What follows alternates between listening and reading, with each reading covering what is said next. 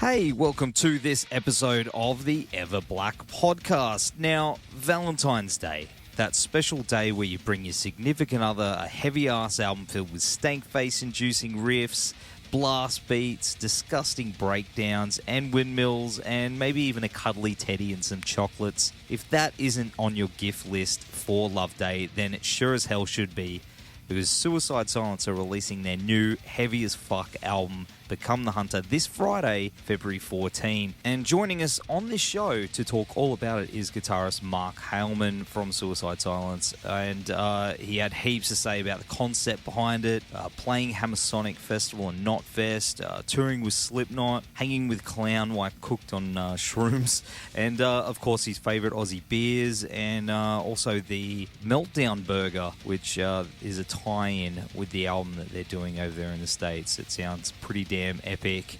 He's a pretty funny guy too, and shreds hard, especially on this album. It's such a great return to form, and even though the last album divided a lot of people, this one will sure as hell shut up all the doubters. It's a really, really great album. Another great way to kick off the year. I mean, we've been very spoiled for 2020, and you can definitely add this to your best of list at the end of the year. It is heavy. The new Suicide Silence album, Become the Hunter, comes out this Friday, February 14, through Nuclear Blast. You can pre-save the album now through digital retails or physical copies through JB Hi-Fi and all great record stores. Alright, before we go into this episode, we just have to give a shout out to our friends at Blacklight Art and Design, who are our go-to for all our screen printing needs. They do shirts, hats, patches, you name it. If you can wear it, they can print it, and they've done all our shirts and hats for EVERBLACK Media.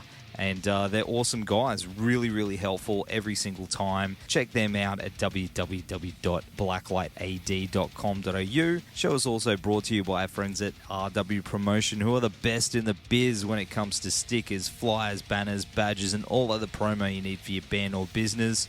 Go check them out at www.rwpromotion.com.au. Also want to give a shout out to our friends at the occult clothing brand Electric Witch, who have just been doing awesome things, and their new designs are incredible. So if you want something heavy and brutal and to support a good local Aussie brand, they are the one to check out, www.electricwitch.com.au. And don't forget to subscribe to the EVERBLACK Podcast through iTunes Podcasts, Spotify, Spreaker, YouTube, and Facebook, and check out all our reviews and articles at www.everblackmedia.com. Like us on all the socials, and if you've got the time, please feel free to leave us a review through iTunes. It definitely helps us out, and we will keep bringing you the awesome interviews very, very soon. Alright, here is Mark from Suicide Silence. Pre-order the new album Become the Hunter now. It's out through Nuclear Blast this Friday, February 14. Love Day. Get one for your significant other. I'm sure they'll appreciate it. Horns high, love to all, enjoy. Hey, Mark, how you going, brother? Hey, man, I'm good. How you doing? Yeah, good, man. Good. Thanks for joining us on the show again. It's been a few years, actually. Yeah, man, no problem. Thanks for having me. Absolutely, dude. Well, of course, the new Suicide Silence album, Become the Hunter, is filthy, disgusting, brutal, and stank-face-inducing, and I love it. It's funny that metal is the only genre where that is, like, the highest compliment. 100%, I agree. I think that also what heavy metal does, which is like an odd kind of thing, is if you really love heavy-ass shit, it'll make you laugh hysterically at it. And that's like how we try to write music together. Like, we try to make each other laugh with how fucking sick and disgusting it is. And if it makes you laugh, then you know it's just fucking, it's that stank face inducer. And this album is all that, man. I love this album. It's so heavy, and it also comes out on Valentine's Day, February 14, man, which means ditch the chocolates and the romance, give your significant other some risk for days. I think that's a much better option, don't you think? Yeah, dude. Yeah, you know, that kind of just happened. It was an available release date, and I mean, just to be completely honest, we knew that Love Me to Death was going to be the first single, and we're like, let's do Love Me to Death and announce that we're releasing it on Valentine's Day. Let's just make it fucking work. I'm going to buy my wife a copy, and it's kind of like, you know, Homer Simpson with the bowling ball, where I'll just get it. So she'll be like, what's this? And I'll be like, Happy Valentine's Day. she'll be like, I don't listen to this. And I was like, I do. Well, thank you. Okay, fine. If you don't want it, then nice vinyl copy. But in all seriousness, though, this album is extremely dark and brutal compared to your last album, where I feel you guys really took some risks. And this one seems to take it back to the beginning with some added atmosphere. And what was the driving force behind the direction of this one? Well, I think that on the last record, we were just in a place as friends, as a band, as music writers, where it was just like, it wasn't what we wanted to do. We didn't want to just write another, heavy record. It literally wasn't in the cards. We wanted to follow what we really felt like we wanted to do. And the real driving force behind this one was that we experimented on the last record. And as far as, a commercial success, it wasn't. People didn't like it, So plain and simple, going through all of that, it reminded us that it's like, dude, fucking making heavy-ass shit and stoking our fans out and stoking the fucking metal world out with just disgusting-ass shit, like, that's fun, and that's what we want to do on this. Like, especially any kind of people was like, oh, like, these guys fucking lost their heavy or whatever. It's like, you guys don't remember, like, how fucking heavy we are. And, like, we can make some fucking extremely brutal shit. And it was kind of, that was kind of the driving force. It was just like, dude, we got to just shut up the people that think that, like, we lost our heavy, because, like, that's 100% not the case. And that is totally true on this. I like, man, I'll be honest, I loved the last album. I really liked it. I thought it was different. And this one come back and it's just heavier and dirtier, and man, it's a really solid album. And I love Metal as well. I mean, there's a running theme throughout the album. Is there a story that all the songs tell as one ties into the album? If there's one story, it kind of does kick off like with Two Steps is literally about everyone being very close to having some sort of breakdown, no pun intended, and lashing out at this fucking insane world that we have kind of built around us with just shit pushing our buttons all the time. There's fucking war and murder, all this just insane shit that is a part of our regular lives. Like, it's everywhere around us. And Two Steps is about, these thoughts that we have that, are pushed to potentially making a decision that would change our entire lives. And it's like pretty sensitive shit, obviously. I mean, it could be suicide, it could be murder, it could be fucking, slamming your car into that person that cut you off, like any of that shit, like you're 2 steps away. So it's like, it's painting that picture of, how shit just beats people down. And then the entire record is basically a portrait of different ways of people losing their shit and actually acting on those thoughts. And Become the Hunter is basically, instead of being hunted by society and life and all the bullshit that pushes you down, it's, turning it around and becoming the hunter and hunting back. And the short film video trilogy as well you released that sort of ties in with it all. That's incredible, dude. It looked amazing. It came up with that idea. It was us and our manager, Jerry Clubb. He's been with us since the beginning. And whenever we're coming up with our ideas of what we want to do as far as, promoting, it's always been, he's the sixth member of the band. And that was kind of that. The trilogy of it all was it encompasses the entire theme of the record in a story that isn't exactly straight from the album, but it's inspired by the entire kind of concept or theme of the record. Well, that bear trap bit was brutal.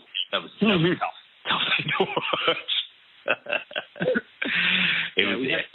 We always enjoy making things that are, like a little bit over the top and like the brutal department, even from the beginning. Like we thought it was super extreme when we did the Price of Beauty video on the cleansing, and we're like, let's have this fucking doctor cut this bitch's ear off and like have this crazy plastic surgery shit. And then it kind of like bit us in the ass, and like they couldn't air our video on like Headbangers Ball, which was still around, wouldn't play it on MTV2. And, like, we couldn't even put the video anywhere. Now all that shit is gone, and it doesn't even matter. It just goes on YouTube.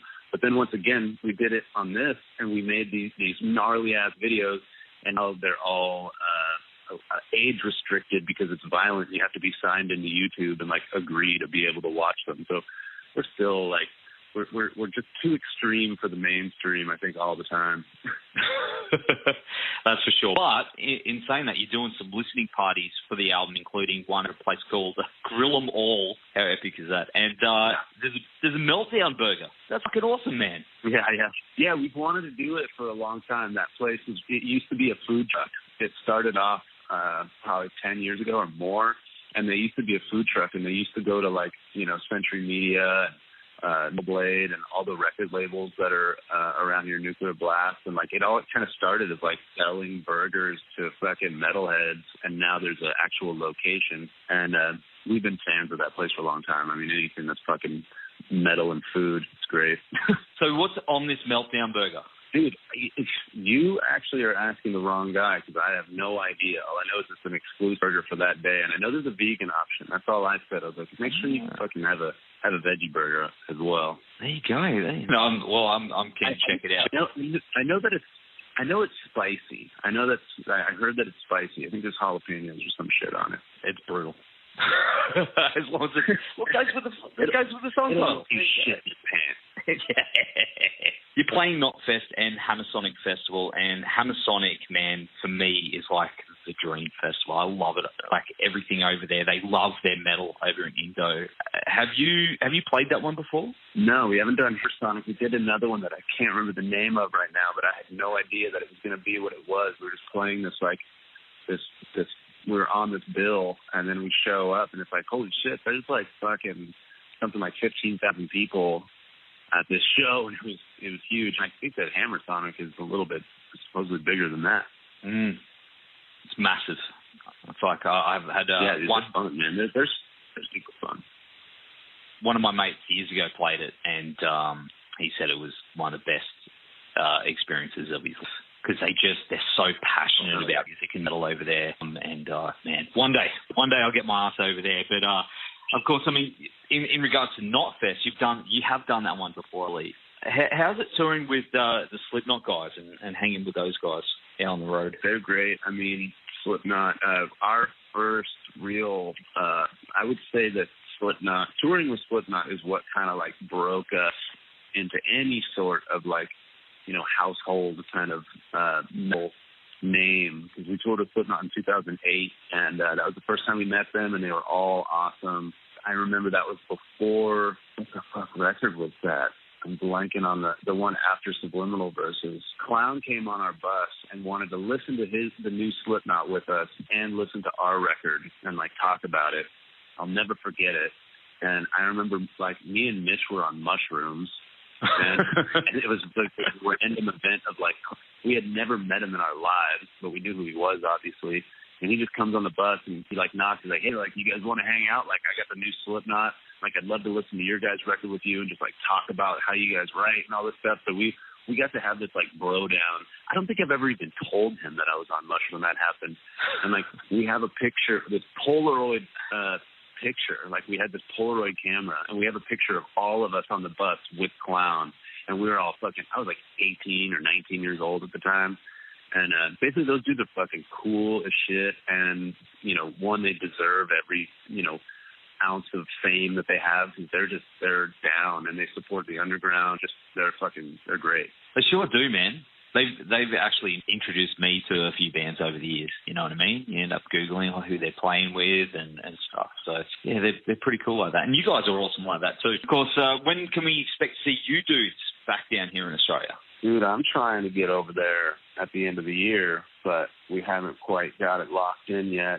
So if you got the promotion company over there that tell them we want to come down and we want to play in December or January.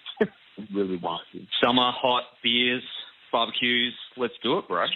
That'd be the guy. Give me that shit, dude. Yeah. Give me that shit. I remember I had a good ass beer called Bee's Knees when I was in Australia last time.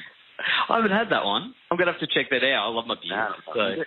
You guys got like these new microbrews or like smaller beer companies. I feel like microbrews have hit Australia now, which they weren't there like, I don't know, 10 years ago. Yeah, they hit hard, man. And if you're in New Zealand, we get it here. It's called Wakachangi.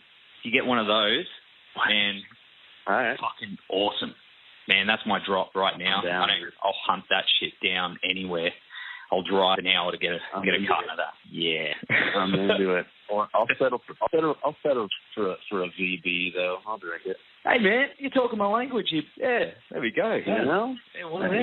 Yeah. I love it, dude. I love it in Australia, man. It's shit's fucking great down there. Well, man, we absolutely love having you dudes down here. The new album is just fucking incredible. Become the Hunter comes out on February 14.